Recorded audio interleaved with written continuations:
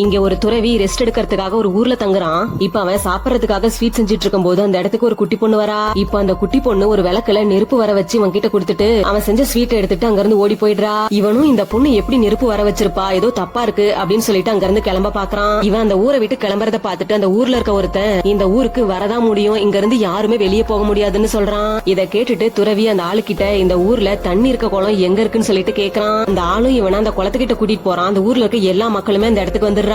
அவங்க இந்த தண்ணியில டீமன் இருக்குன்னு சொல்றாங்க. இப்போ அந்த இடம் அப்படியே அதிர ஆரம்பிக்குது. இப்ப இவனுக்கு அந்த இடத்துல இருந்து ஏதோ ஒரு சத்தம் கேக்குது. உடனே இவன் உண்மை என்னன்னு கண்டுபிடிச்சாகணும்னு அவன் கையில இருக்க மந்திரக்கோலை தண்ணியில நினைக்கிறான். அடுத்த செகண்டே வானெல்லாம் இருண்டு போயிடுது. இப்ப இவன் அந்த மந்திரக்கோலை தரையில ஓங்கி அடிக்க அந்த இடத்துல ஒரு பள்ளம் உருவாகி அந்த கிராமத்துல இருக்க மக்கள் எல்லாருமே அந்த பள்ளத்துல விழுக ஆரம்பிக்கிறாங்க. இத பாத்துட்டு இவன் அவனோட ஜெபமாலையை அந்த பள்ளத்துல வீச அதை புடிச்சு எல்லா மக்களுமே மேல வந்துடுறாங்க. இப்போ என்னோட வழியில குறுக்க வராத அப்படின்னு சொல்லிட்டு ஒரு டீமனோட வாய்ஸ் கேட்க இவனும் இந்த அப்பாவி மக்களை விட்டுருன்னு சொல்றான். உடனே அந்த டீமன் நம்ம 2 பேருக்குள்ள ஒரு போட்டி வச்சுக்கலாம், நான் உன் முன்னாடிதான் இருக்கேன், என்ன கண்டுபிடி, அப்படி கண்டுபிடிச்சிட்டீனா நான் நீ சொல்றத கேக்குறேன்னு சொல்லுது.